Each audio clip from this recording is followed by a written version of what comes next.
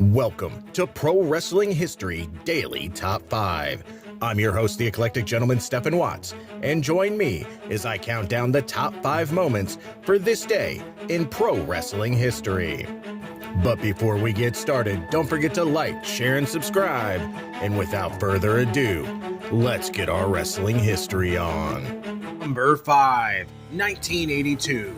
Tiger Mask defeats the Black Tiger to win the WWF Junior Heavyweight title in Tokyo, Japan. Number 4, 1997. Shawn Michaels and Steve Austin defeat Owen Hart and the British Bulldog to win the WWF Tag Team titles in Evansville, Indiana. Number 3, 1987.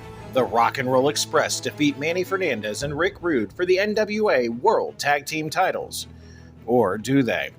Rude and Fernandez were the reigning champions when Rude left for the WWF. On some of the syndicated TV shows, it was announced that Rude was injured and being replaced on the championship team by Ivan Koloff.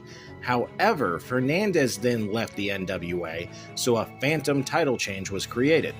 The NWA claimed on television that the Rock and Roll Express won the belts in Spokane, Washington, on a date from Rick Rude and Fernandez, and then aired footage of a match. In truth, they just aired an ending of an old match where the Rock and Roll Express won and claimed it was a title change. Number 2, 1996. The worst technical disaster in wrestling pay-per-view history took place at the WWF In Your House 8 Beware of Dog event in Florence, South Carolina.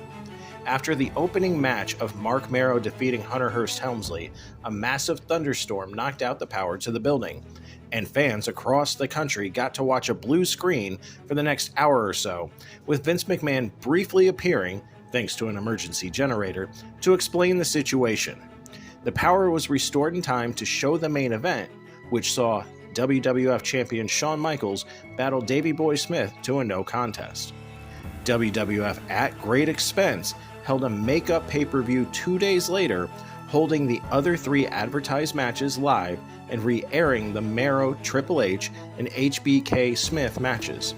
It should be noted that the live crowd were treated to matches during the blackout, with emergency lights used to light the building. Number 1, 1987.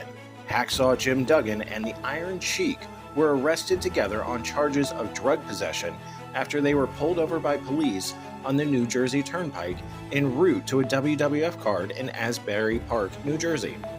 The two wrestlers, who were feuding at the time, were pulled over when a trooper saw Duggan drinking a can of beer while driving.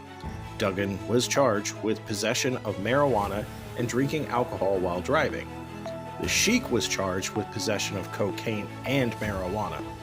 Duggan would receive a conditional discharge, while Sheik was put on probation for over a year. The pair eventually made it to the WWF event and worked it without telling WWF management about the arrest.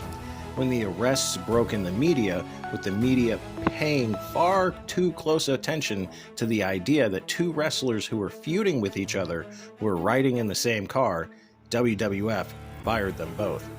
Duggan would return a few months later, while the Sheik would not return for several years. And that's our list. Make sure to comment below what you feel was the number 1 moment for this day in pro wrestling history.